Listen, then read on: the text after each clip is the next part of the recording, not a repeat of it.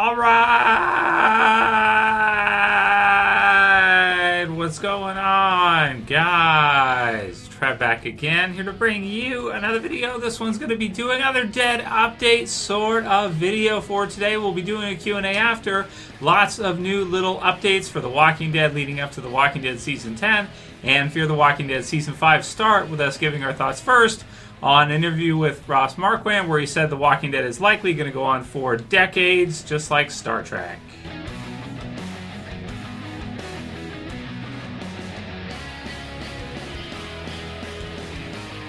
That was a good one. That was good. All right, I like that one. So it was good. So some people like them, some people don't like them. If you don't like them, well, too bad. We're gonna do them anyway, so it's fine. I'm working on the T-shirt. I'm working on the T-shirt. So stay posted for that, guys. Stay posted for that. So good stuff. So we can't go that many days without at least one Walking Dead video. God damn, it's been there was Sunday for Game of Thrones, and then we did a review for Black Summer. If you guys don't know what that is, it's a new zombie apocalypse series from Netflix, which just released. You can watch it on Netflix. Review of the first episode is in the channel. It's okay. It's not, let's put it this way. I just thought it was okay. People are kind of on the fence about it. People are kind of mixed reactions about it. So it's all right, but we can't go that long without another Walking Dead video. And there are some updates from this week that we can go ahead and go through some of your guys' questions and have some fun for today. So I've kind of rebranded the channel Season 10. We're calling it The Next Decade, which I think is good, especially with for fans of Game of Thrones that have been watching Game of Thrones. Game of Thrones is now in its last season. It's in its 8th year. It only has 5 episodes left, and then the series is over. It's done. And man, I'm so happy for The Walking Dead that they decided that they were going to not only continue it but expand it with Fear the Walking Dead, which I appreciate in its own way versus having nothing. And then of course the 3rd series is going to be coming next year, and the movie that's likely going to be hitting next year with Rick returning. It's awesome, right? So crazy. So Ross Marquand, of course, who is kind of fan theory to be our Rick 2.0 in the Walking Dead television series, because he looks exactly freaking like the comic book version of Rick. He's even missing the one hand now, so it can't be an accident, right? so that's pretty cool. So we should start kind of covering more of what he says and listening closer to what he says, because of course you need people to stay behind to continue the Walking Dead original kind of canon series, even though they're doing the movies, and that's fun and sexy and new and everything, and you're doing Fear the Walking Dead and it's reinvented with Morgan and everything. Somebody has to stay in the original series to help lead that show. Daryl has, Carol has, Aaron has, and Michonne's going to be leaving in season 10, so some of the others too. So here's what it says. It says, Walking Dead star says the franchise will go on for decades, just like Star Trek. So it says The Walking Dead can go on for 30 years as a franchise, says one star, at least for what he's thinking. And I mean, at first it sounds crazy, right? But the thing is that we're already past the first decade, so that'd be basically like another 20 years. It doesn't sound out of the realm of possibility, I don't think, to have some kind of Walking Dead, continue on in that time. Now, I don't know if it'd be the original canon series, or if you end that series and one of the spin-offs goes on further, or they do some kind of futuristic Walking Dead like after all the zombies die out, and then I don't know what you do after that, kind of the rebuilding of society and civilization maybe. It could be interesting. Ross Marquand, who plays Alexandria resident Aaron on the main show, believes the franchise can stick around like Star Trek has. So you have different, with Star Trek, of course, you have the different versions of it, right? You have the original, and then you have, all the other different, Next Generation, and the one they're doing recently with Sonequa Martin Green, who plays Discovery, who played Sasha on The Walking Dead. So that's kind of probably where the comparison comes from. But it makes sense, of course, because this is a TV series, right? A TV product, and Star Trek is quite similar to it. I'm trying to think how many Star Trek series or iterations went for over a decade. I'm trying to think of which ones did. I'm not a huge Trekkie, so but I know of it. Obviously, it's been around for freaking ever. So that says here, in addition to the main show, Fear the Walking Dead is entering its 5th season, while AMC recently announced a 3rd full series, which is expected to launch in 2020. Quote, "We already have Fear the Walking Dead, but there's already talk of a second spin-off, which would be amazing. Marquand told Heart FM. Comicbook.com link will be in the description. You guys can check it out. I don't know how it's going to look. There's rumors right now, so I don't know if it's actually going to happen, but I would love that. It's like Star Trek. It will go on for like 30 years, hopefully. That would be great. The fans like it. It's a universally loved show because it deals with themes that everyone can relate to. So yeah, it might be a bit much to kind of think about right now. I mean, that's a lot of years ahead, but at least it's continuing on, whereas most of the series that started in 2010 or 11, at this point either are already over and have ended or are already wrapping up. So happy to see that The Walking Dead is continuing to go on strong. And of course, season 9 was amazing, so no reason to think it can't continue to go right on, continue on strong. Next one is about Chris Hardwick being sued for $600,000. Link will also be in the description, so you can check it out if you want to. It's over some kind of podcast or something. I don't know. He's Talking Dead, so he's kind of Walking Dead, right? He's on every time after on Talking Dead, so it's sort of Walking Dead. It's just, I don't know. I want to say it's funny. Being sued for $600,000 is not funny, but I'm sure he can afford it. I don't know. It apparently something to do with maybe not showing up for the rest of the contract with the podcast that he signed a contract to do, where he was paid $1 million up front or something. I don't know. You can look into it if you want to. These people make far too much money for me to really feel that sympathetic for them, right? So it's what it is. Fear the Walking Dead. Kim Dickens open for Madison's return. So this is another one they had listed. This one is kind of strange. So she did say, as far as I know, she's dead. Dickens told Movie Web. It was the acting role I'm most proud of, helping build that show from the beginning across 3 different countries. The character was something. So I think we've seen this one before. But how do you guys feel about the possibility of them bringing Madison back in Fear the Walking Dead? To be honest with you, personally, I would be all for it because we didn't really see a body. And, I think that could actually be really good for Fear. Fear could use it in terms of the roster, and especially after watching Black Summer, there's some things in Black Summer that really remind me of Fear the Walking Dead, and I just think to myself, I do have to say, I think probably Fear the Walking Dead is better than Black Summer. Forget the original series, but even Fear is better in some ways. Well, in some ways, in other ways not. Black Summer's got some swearing and stuff like that, which is kind of cool, and it's pretty authentic to what a breakdown of society would actually be like. But I do miss the original Fear crew, and we'll be getting to see part of them again pretty soon. So I don't know. I'm open to. I think that'd be cool if they did it. If they brought Madison back, but I don't know if they're probably not going to want to do that, right? It's just probably not in the cards at this point. Then we have the Walking Dead universe to have world-changing walker soon. So Fear the Walking Dead. So this one is referring to Fear the Walking Dead, and it says there will be one walker in particular. I have to be careful saying this around the Walking Dead universe. Chief Content Officer Scott Gimple Goldberg said via Insider. Let's just say this walker will open a universe of possibilities for our storytelling. Now, they have touched on a little bit for Fear the Walking Dead, some different types of walkers. I don't know, again, stuff that reminds me a lot of Z Nation. So that's one thing about the new reinvented Fear the Walking Dead. It feels a lot more like Z Nation than anything Walking Dead we've ever seen before. And even some of the stuff they've done, like the hurricane, stuff like that. Because in Z Nation, they did Zombie NATO. They did nuclear fallout zombies. They did people who had kind of lost their humanity and kind of gone crazy. Z Nation did about every different which type of zombie you could possibly think of. Talkers, walkers, runners, what else? Swamp Thing zombies, mutated plant zombies, the nuclear fallout, zombies, these all kinds of different stuff. So it sounds like in Fear the Walking Dead, again, they might be doing something a little bit similar to what maybe we saw in Z Nation, which is some different types of walkers or something.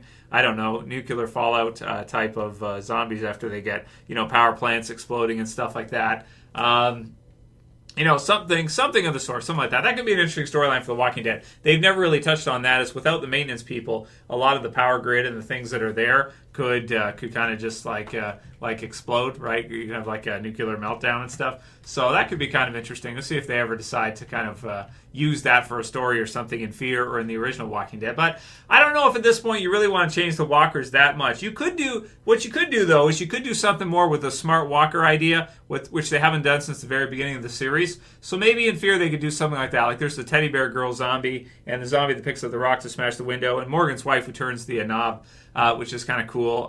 So maybe we could see something like that. We'll see what he means by like a new type of zombie, or quote here, it says the Walking Dead universe to have world-changing walker soon. So universe-changing, world-changing zombie soon. I think it said somewhere there that the actress who plays Rosita thought at first that the Whisperers were some kind of evolved a zombie, because she doesn't read the comics, right? So maybe that's a good thing considering how things turned out in the comics. Maybe it's just better not to know all that stuff.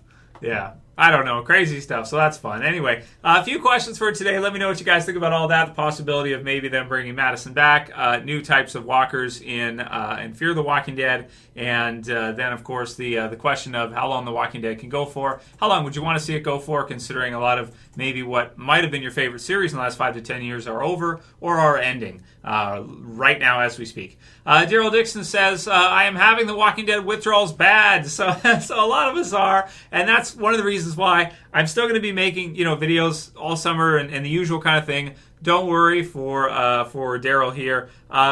Just to say, like, we're still going to be doing our thing. We'll still be making Walking Dead videos. I'll definitely throw at least a couple in a week in between everything else that we're doing. Even if other shows are on, like Game of Thrones, or even when Fear's on, for example, we'll still be, or Black Summer, we're still going to be doing videos for the original Walking Dead series, because ultimately, I mean, that's my favorite. I'm not going to sit here and try to argue with people. People want to argue like it's, in terms of quality, is Breaking Bad better quality than The Walking Dead? Is Game of Thrones better quality than The Walking Dead? Is Black Summer better quality than The Walking Dead? Not many people make that argument. I'm not so interested in arguing and trying to say, oh, it's better, this is better. It depends what you like. It's all entertainment. It's all subjective. It depends what you're into. For me personally, as much as I love other series like Game of Thrones, and I do love Game of Thrones, don't get me wrong here, I enjoy Fear for what it is, most of the time, and I enjoy other series. The Walking Dead is still my favorite. I still come back to it every time, and I just think like it's still, for me, it's still the best. When I look at that Rick final episode, and I just think to myself like what comes after, like, man, he's trying to find his family. It's just, oh man, I mean, when you watch another show, like when you watch something like Black Summer, you, not to hate on that either. I know the guys who are involved with that, they know who I am or whatever. So I don't want to, I don't want to bash on their series. That's not what I'm going to do here. But what I'm trying to say is that the characters in The Walking Dead are so legendary. Rick and Daryl and all these other characters. I mean, these characters are so amazing. It's not easy for another show to just start and create a character like a Rick or like a Daryl or a Carol or characters like this. They're not easy to build that kind of connection between your audience with. And like, for example, when something happens to one of them, you have everybody goes crazy and stuff like that, or when Glenn, when there was the fake out dumpster death for Glenn, everybody goes nuts and everything like that. Like, it's not easy to create those kind of ties to your audience, where your audience emotionally really cares that much for the characters, or Madison for Fear the Walking Dead, for example, for fans of her. It's such an amazing series. Fear is a nice companion piece as well, too, in some ways. And, I hear what you're saying totally. I get the withdrawals, too, and that's why I want to continue doing this with you guys, because otherwise it just wouldn't feel, it's too much fun, and it just wouldn't feel right not to do this with you guys. It's so much fun. So leave your comments below. Let me know how you guys think about that. Like how do you feel about the original Walking Dead series compared to a lot of the other series that are on? Alex Jackson says, you remind me of the doctor from the CDC in season 1. So I've heard that many times. A lot of people think I look like Jenner, right? It's like a younger, especially as I get older. Right now I'm 32, so just give it like 10 years, and people will I'll be like exactly like Jenner, right? So people think I look like it's like, You have to whisper, you have to pull Rick aside and have a discussion with him, tell him about some stuff that he doesn't want to know. We're all infected, right? So what did Jenner tell Rick? That was a video I did like 9 years ago, right? Discussion topic video, 2010 or 2011. What did Jenner tell Rick, right? What did he whisper to Rick? We're all infected. That would have been 2010, right? Because that would have aired before the year changed. It's 2011. That's crazy. It'll be 2020 next year. What the hell? I'm really going to start looking like Jenner soon. Richard Whiteson says, why would they tell the fans who is leaving? I don't think that's cool. So about Michonne leaving in season 10, why do we know that? So for Richard, just so we can kind of explain here, the contracts, they can't keep them under wraps. So when someone's contract is ending or when this type of thing is going on, it gets out through the agents and through the people. I guess they're not, what can I say? Maybe they're not under strict confidentiality agreements in negotiations. So if you haven't signed a contract yet, once you sign it, now you're under probably confidentiality agreements, right?